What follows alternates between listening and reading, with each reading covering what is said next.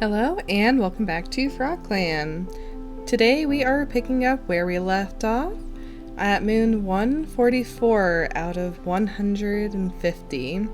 So just to recap from last time, we learned what our final event is going to be.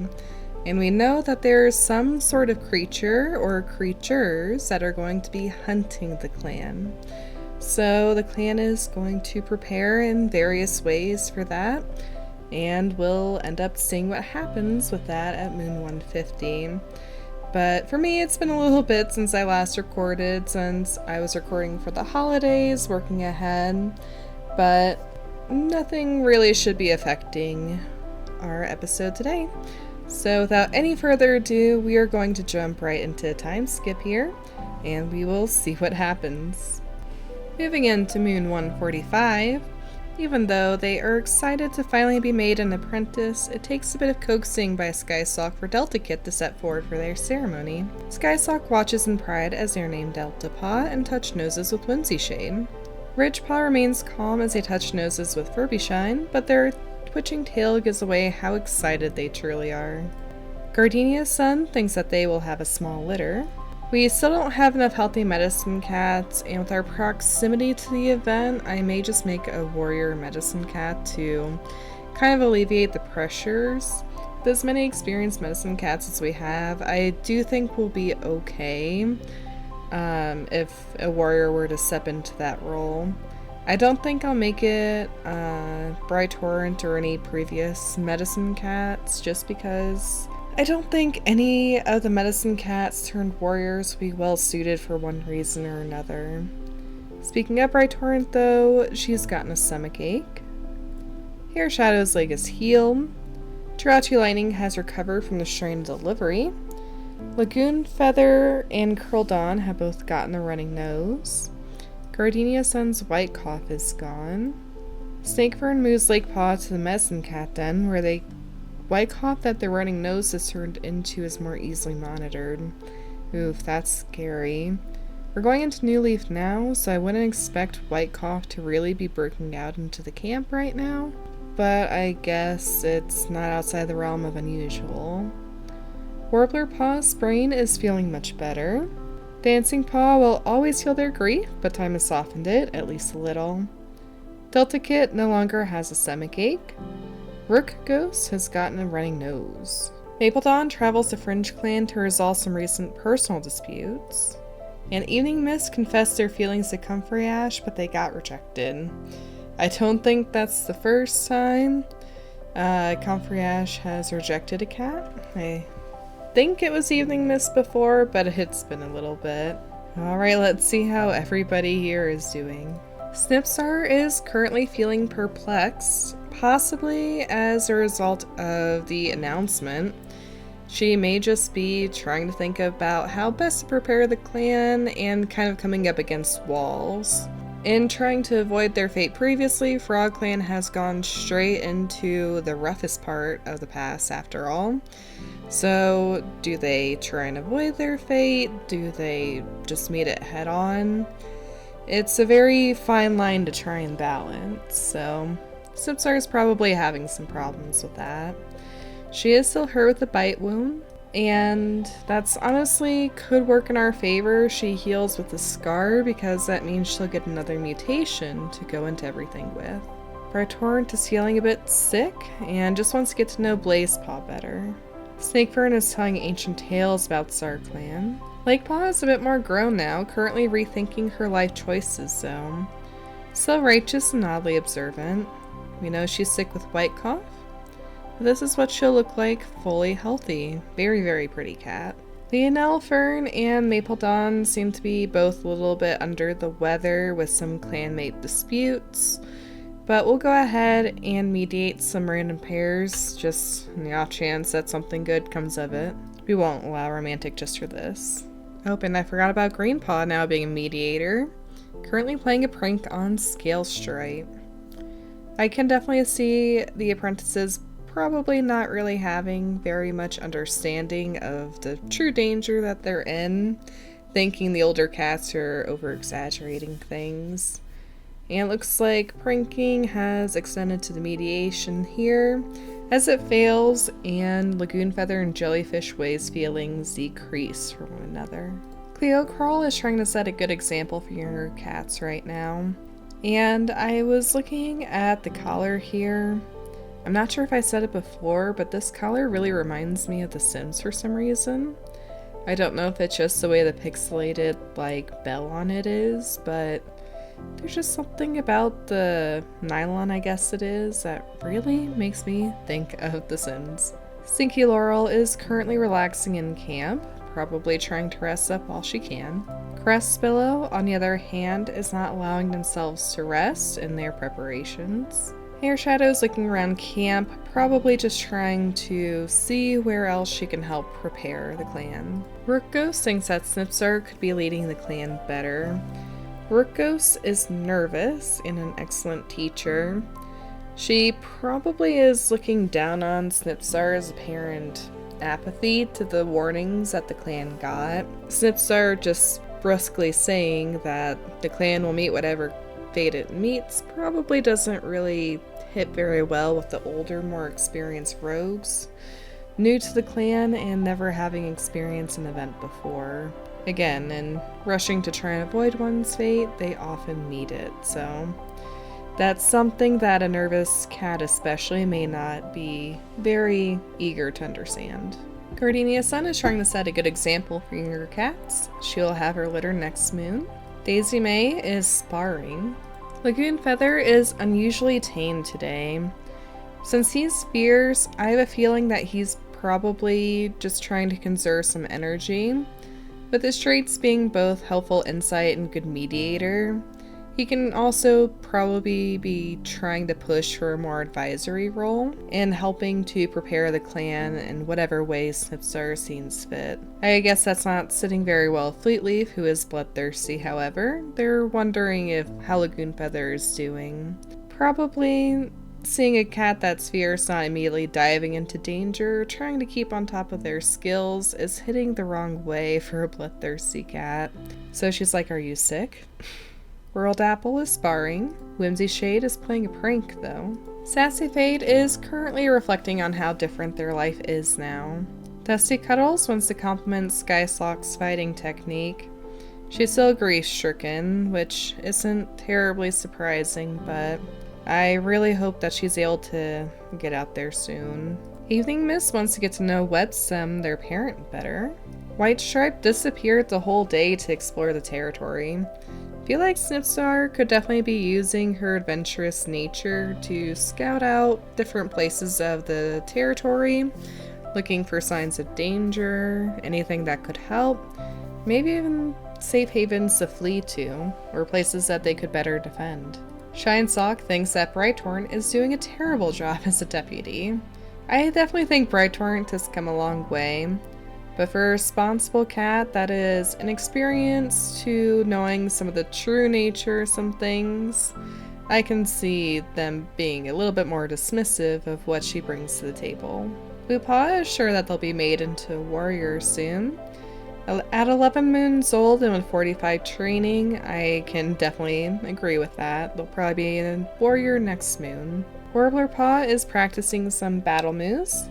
Being strict and with hunter traits, I can definitely see her wanting to be totally prepared for anything to come. Blazepaw is giving somber advice to a fellow apprentice. With the wise and interesting clan history traits, I can see Blazepaw having been very adamant listeners to some of the warriors' stories about what the past events have been, and is probably able to process that with her young wisdom in ways the other apprentices probably just can't. So Blazepaw is probably giving them advice that is relevant to them about what to do to prepare. Malapaw saw a pair of two legs near camp today. I actually haven't seen this very much. It's mostly just been cats wondering about kitty pet food, but this is the first of this I've seen. And there could definitely be a correlation between all the two legs around camp lately and some of these monsters coming in. Here's Delta Paw, one of our newer apprentices. He grew to be playful with the never sit still, and he is currently bringing Hatchpelt a nice piece of prey. Definitely a fitting task for a newer apprentice to take care of the elders. And then we have Ridgepaw, who grew to be wise and a careful listener. She is currently hoping that there's a juicy mouse left on the fresh kill pile for her. And since we do need another medicine cat, and she does have traits, I'm gonna go ahead and make her a medicine cat apprentice too, and switch over a warrior after I've gone through everybody else. And looks like she's gonna be under Song J for medicine cat duties. Hatchpelt is complaining about being cold, and Jirachi Lightning is staring off into space. I do think Jirachi Lightning is probably just having some thoughts about the latest omen. Olive Kid is currently hiding from other cats. Shore Kid doesn't want to be babied anymore. Cops Kid is wondering what it's like to be a loner. Fog Kid is asking Rook Ghosts if they like to daydream too. And Conch Kid is telling Whimsy Shade to play with them.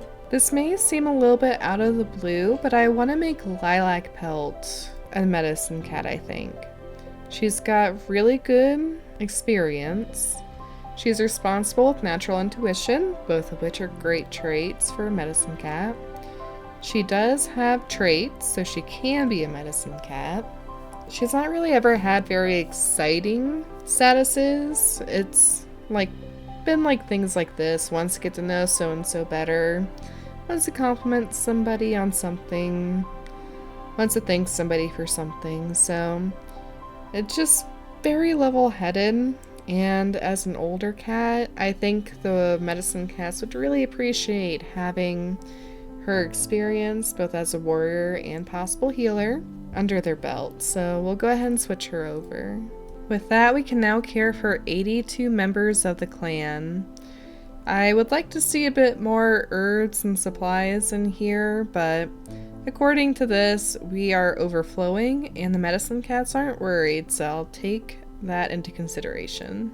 As our first patrol gathers to train under Fleetleaf's leadership, Whimsy Shade admits they think they had a vision from StarClan last night. Unfortunately, no one can make sense of the vision. The vision is probably just dark, filled with distant pinpricks of light as if reflected from an animal's eyes, and the sound of growling or gnashing teeth. Our next training patrol has a disagreement and look to Fluffy Haven to settle the dispute. Unfortunately, Fluffy Haven stutters. They don't think they are fit to lead the patrol. They are a newcomer and Jellyfish Wave probably would have been a bit better suited. Our next training patrol doesn't fare much better, looking to Hope Sun. Hope Sun, on the other hand, listens to both sides and makes a careful judgment. Keeps no one happy, the mark of an excellent compromise.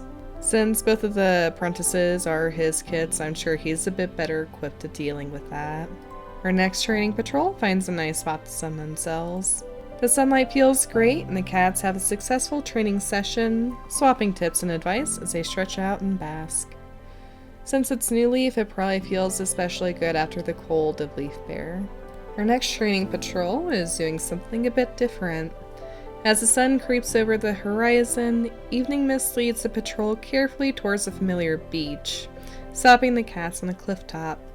Below them, the familiar sand is hidden under massive boulders, as long as 20 cats and as wide as 10.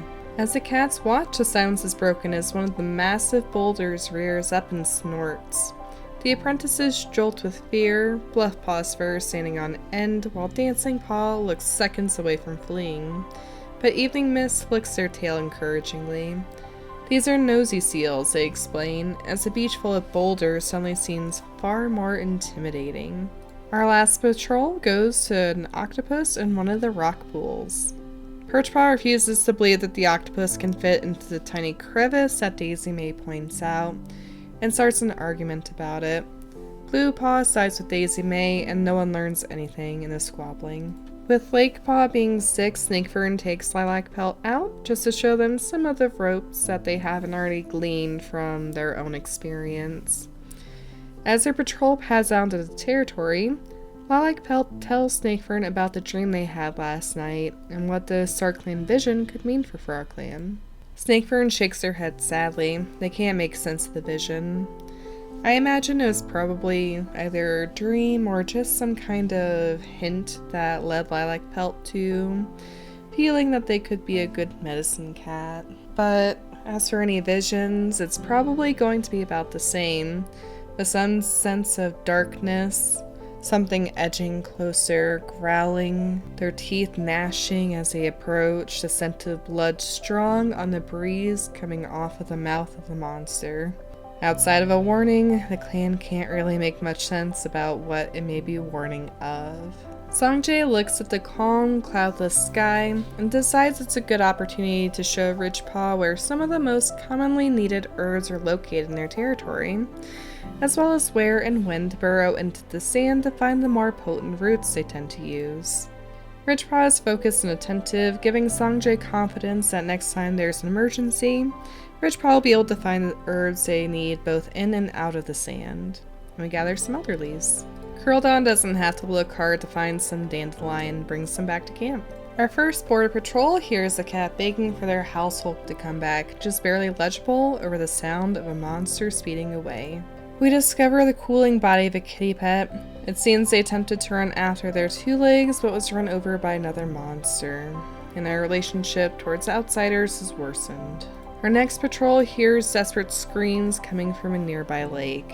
I know that this is pretty much always an elderly cat, usually a cat that's very sick or injured, but on moral standing, I don't think FrogClan would ever refuse to help a cat in need, even if it means hurting themselves, even just before the event.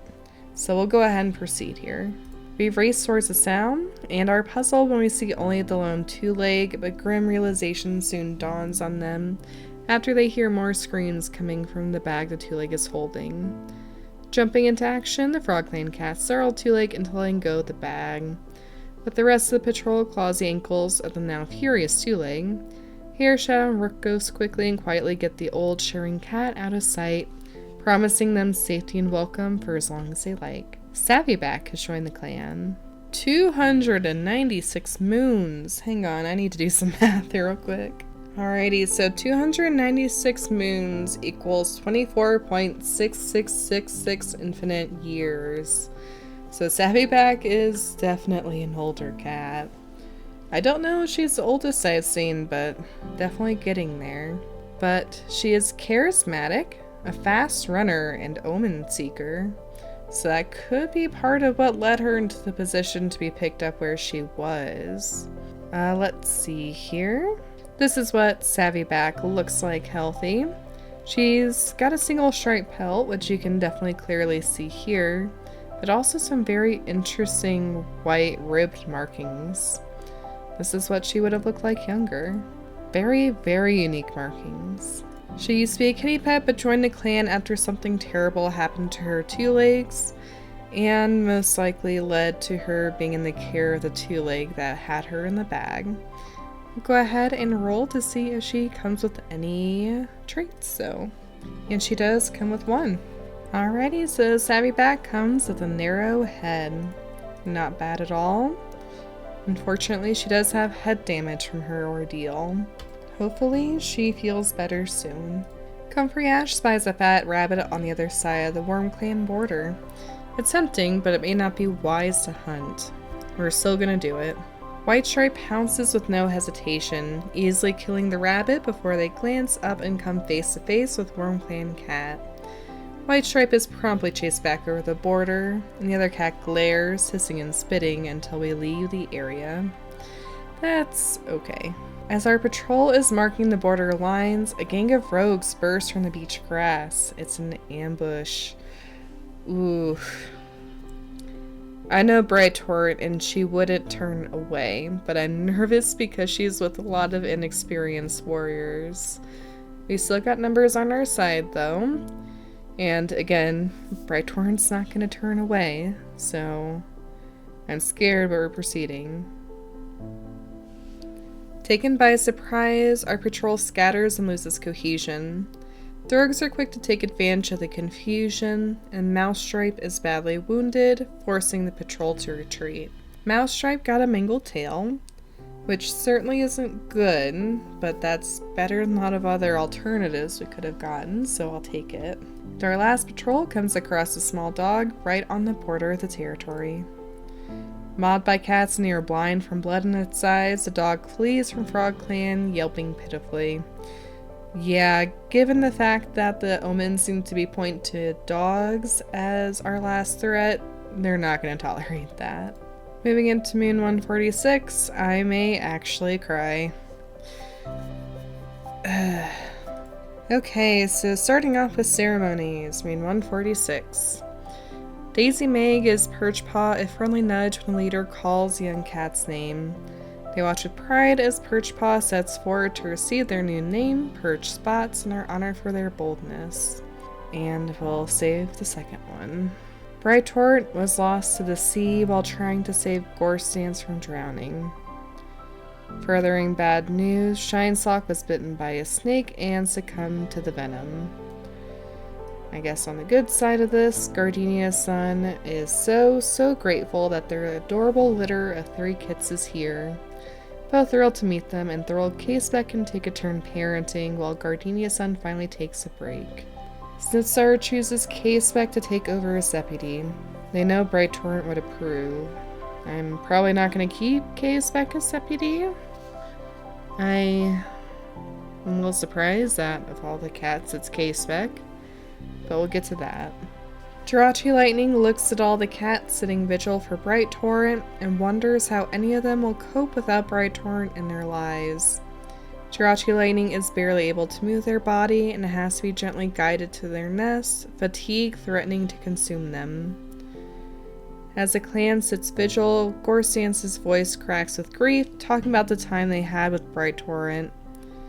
Gorstance can't help their bitterness and rage as Bright Torrent's life is recalled at the vigil. They coldly turn away from any who offer comfort. Without Bright Torrent, what's the point? That's probably doubly coupled by the fact that Bright Torrent drowned trying to save Gorstance specifically. Sassy Faye can hardly process the sight of Shinesock's body before them. Somehow, the world feels colder and crueler now. Sassy Faye can't be bothered to get up out of the nest the next day, refusing to speak a word to those around them. In this past moon, Bright Torrent and Shinesock have taken their place in StarClan. I never would have suspected that of all the ways Bright Torrent could go, it would be that. I honestly expected she'd fall in battle, any number of the battles that would have taken place. And instead, she dies saving a clanmate right before our biggest trial yet. I totally expected her to see everything out, or to fall in that last battle, if anything, but I guess fate had other plans in store. And I'm very sad about that. She had come a long way. Bright Torrent no longer has a stomachache. Oh, gee, thanks. Skysock has recovered from white cough. Maple Dawn has gotten a running nose. Casebeck no longer has a stomachache. I guess there's some sort of flooding going on because Tiny Slash was dragged out to the ocean by the tide. They inhaled a lot of water before managing to get out, but they've been hacking and sputtering ever since. Gorstance is healed from the strain of delivering their litter. Dusty Cuddles picks himself up out of their nest and begins the day anew, a fresh conviction in their heart. Dancing Paw has gotten a stomachache. Daisy May's tail was badly injured by a dog. Perch Spots has gotten a stomachache. White Stripe was seen taking food from a 2-leg. Perch Spots was seen touching noses with a loner. Scandalous. Okay, so Bright Torrent is trying to save Gorstance. I don't remember if she has any immediate relationship. No, she doesn't. But they were very close, it seems, so that's really rough. And Bright Torrent is surprised to find herself walking the stars of Silverpelt. Man, she had come a long way from being orphaned all that time ago. The clan really needed her. So Casebeck has a muscular body, scaly tail, and talon paws. And he was the apprentices that stood above the others, managing to fend off our last combat event, so I suppose I could see Snipstar wanting to elevate him in the sense that she hopes that he will maintain that ferocity. But at the end of the day, I just don't see K-Spec being the right cat for it. So I'm going to go through, look at experience, and also mutations, of course, and we'll see who our new deputy is going to be. Okay, so I've given this some consideration. Bright Torrent has a few different factors to kind of consider here for new deputy. So she needs a cat that she can trust. She needs a cat that at least has one mutation for the ability to stand above some of the more normal members of the clan. Really just because the challenge outlines that the deputy has to have a mutation. But it makes sense to have a cat with mutation kind of at the forefront of the charge to bolster the clan. And therein also is the last catch. Bright Torrent, God. Therein lies the last catch. Snipstar needs a cat that she can feel comfortable giving the clan over to in the future. K-Spec is a formidable warrior, that's undeniable. But is he a good leader? His warrior reputation precedes him, but also he's acted kind of shamefully before with other clans, and if Snipstar were to die in this event, what kind of future would that leave the clan with? The clan theoretically should be stronger than ever for the cats that survive it, but would that strength then be misused after the fact? That's not really a risk that she can take. And so, I'm going to make a little bit more of a controversial decision, and we're going to appoint Sinky Laurel. I know that she's a fan favorite, but she only has tiny paws.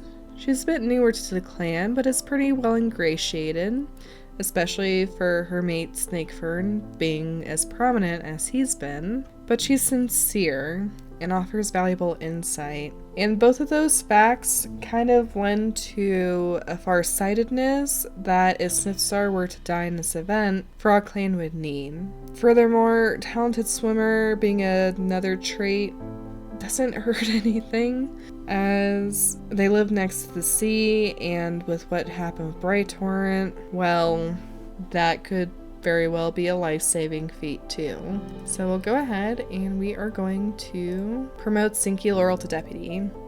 She's also does have an apprentice, so she actually fits all of the traits that we need. I don't think that Snipstar is going to die in this event. She's got as much chance of any cat, but just in case, I think she would be thinking about Sinky Laurel as a good inheritor for FrogClan. And Snipstar is mourning Bright Torrent. While Pell is checking up on warriors, I'm just going to strengthen these two because I think that with a deputy and medicine cat pairing, having that strength of affection could end up being a boon to the clan. The others I think will just randomize, so. Greenpaw is currently learning how to open channels of communication between two cats. Since they've got a bit of a cold nature, I can see this being in an almost clinical way, but that's not necessarily a bad thing. Websim is trying to set a good example for younger cats, as is Cleocrawl. Here Shadow is praying that Shine Sock is safe in StarClan. Workghost thinks that they are hearing things.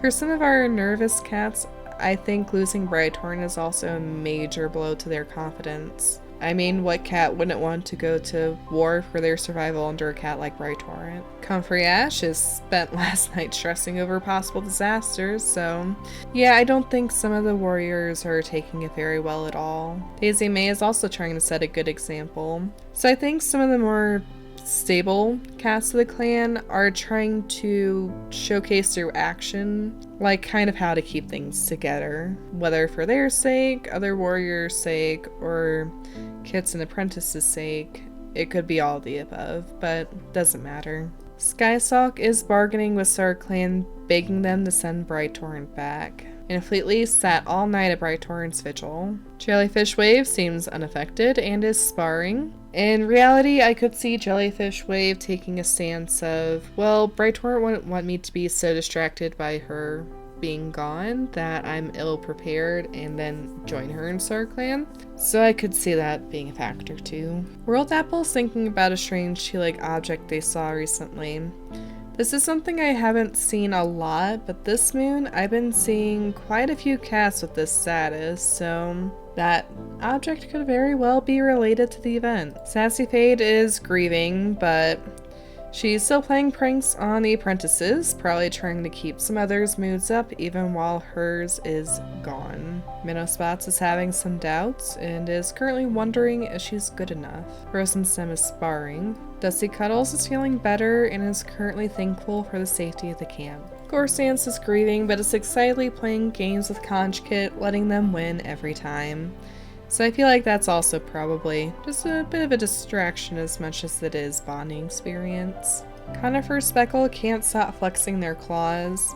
I'm sure the waiting for something to happen is the worst part. And Scale Stripe is praying to StarClan for guidance. Okay, so here's Perch Spots. She graduated a little bit early. She grew to be righteous and a good mediator. Mentored by Daisy May, who influenced them to be more likely to be ready for a fight. Good enough for now. Daisy May did help them become better at resolving arguments. And when they graduated, they were honored for their boldness at 11 moons old. Now Blue Paw I figured was going to be the one to graduate this moon. He grew to be a gorgeous cat. Again, pretty much exactly what I'd expect a Briarlight to look like. He is so confident, constantly climbing, confident with words, and isn't worried about anything. So I guess he's not really letting any events affect him. And again, Warbler Paw is wondering about a strange tree-like object they saw recently. Dancing Paw got into an adventure. Swift Paw got caught trying to sneak out of camp without a warrior for some reason. Malapaw is trying to learn as many fighting techniques as they can. Being cunning with an active imagination, I can see her trying to figure out different styles and even innovate her own moves. Fishpaw is daydreaming about having a maiden kit someday. I hope so, Fishpaw. Aw, Savvy Back leaves a conversation after it reminds them of things they'd rather forget. Aw, I wonder if that was like her old two-leg. Hatchpelt is being pestered. Aw, I forgot. Olive Kit was Jirachi Lightning and Bright Torrents because it doesn't look like any of them. And is missing the warmth that Bright Torrent brought to their life. Aw, Olive Kit. Short Kit is showing every cat the bug they caught earlier. Faha Kit is going everywhere backwards today. I love it. Okay, and then for our new kits here, we have Zania Kit, a newborn male with yellow eyes, a single color black pelt, who's a daydreamer. Furled Kit, newborn male with pale yellow eyes, a single color, probably orange-red pelt, lonesome.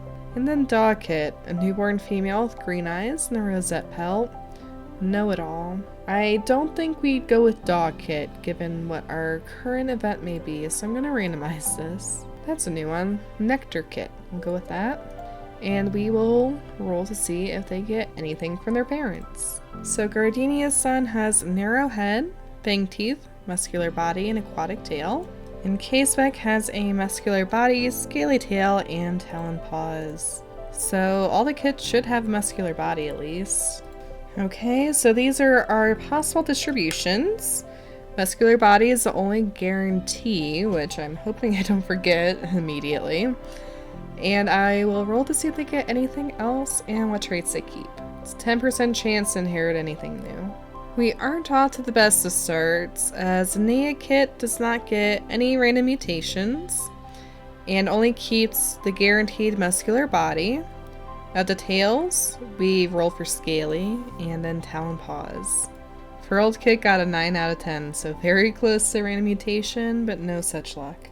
Okay, we got a bit of a different distribution, with fang teeth, muscular body, aquatic tail, and nothing else. I think Nectar Kit fares the best, still no random mutation, but narrow head, muscular body, scaly tail, and talon paws. So, not too bad. Everyone got at least 3 traits, and that's certainly nothing to turn our noses up at. And we are still a massive clan. So go ahead and send out our patrols. I like Pelt gathers some horsetail. Snakefern is looking for Tansy, and we do manage to find some. Songjay waits until they're out of camp to reveal to Richpaw that they're out to find Catmint. A helpful group of helpers can be a little, well, unhelpful. Catmint is just too exciting for many of their clanmates to keep their heads around. Richpaw loses their head over the Catmint, and Songjay is forced to cancel the gathering patrol to take them back to camp until they regain their sense. Oh, Richpaw. As they head out to gather cobwebs, Curldon thinks about the dream they had last night. Was it sent by StarClan? It definitely distracts them from the hunt for cobwebs, but Curldon uses the time by themselves to put their thoughts in order. The sign from their ancestors will need acting upon. They return to camp to assemble the leader and deputy. I feel like the sign could well have been if Snipsar had initially chosen Caseback. I think the sign could well have been an indication that pure strength isn't the only good trait to look for in a deputy, even in light of what they are to face. So it could well have been something about a dark cave and a warm light that Curldon saw and kind of piece the puzzle pieces together. Completely takes the training patrol out to see a big octopus in the rock pools and points out the hooked beak. Tiltapaw flinches backwards and Fishpaw's pelt puffs up as the creature suddenly lunges after a fish. Our next patrol has a disagreement and look to Hopesun to settle the dispute again. Hopesun really reminds patrol cats to focus on their sardam jobs and stop quarreling like kittens.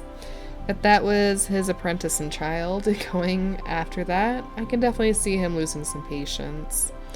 But the other apprentice isn't one of his kits, so maybe that could also be some lack of patience. Our next training patrol is going to be hosted for Swiftpaw. They decide to focus on how best to navigate the rocky tide pools. Swiftpaw listens carefully as Stinky Laurel explains where to find the best prey within the rich waters of the pools, as well as probably how to navigate them in the case of an emergency. Caseback suggests this might be a good chance for the cats to practice teamwork. Unfortunately, no one sets up to teach. It's a little awkward, but the patrol disbands to attend to other duties. Our next training patrol suggests this could be a good chance to practice new hunting techniques. And again, nobody sets up to teach, and the patrol disbands. Frozen Sun takes Bluepaw out for their final training patrol, suggesting it could be a good chance to practice teamwork. Frozen Sun takes charge and coordinates exercises for the duo. They practice mirroring each other until by the end of the afternoon they can almost act as one cat. The warrior praises how quickly Bluepaw picks it up, and the apprentice comes back to camp fluffed up with pride. Scaleshrite spies a fat rabbit on the other side of the border. It's a tempting opportunity, but maybe unwise. We'll still proceed. Skystalk leads for the rabbit, making a swift kill just before a Fringe Clan patrol comes into view. The Fringe Clan cats seem miffed by this trespass, but not yet hostile thanks to our alliance. Thankfully, Skystalk smooths things over with the other patrol, graciously gifting them the rabbit. They part ways without damaging the relationship between clans. As the patrol is marking the border lines, a gang of rogues stalks out of the beach grass to confront the clan cats. We'll proceed. The rogues posture and jeer, eventually provoking a battle.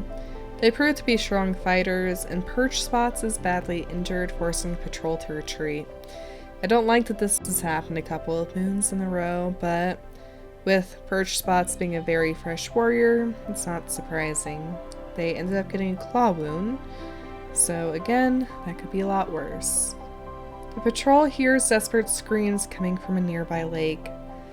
Again, I don't know if this would be a wise endeavor to go after, but I don't think we could sit idly by anyway. As soon as they see the bag wiggling and screaming, they jump into action. Unfortunately, Rick Ghost was just a tad too slow and got kicked quite hard against a tree.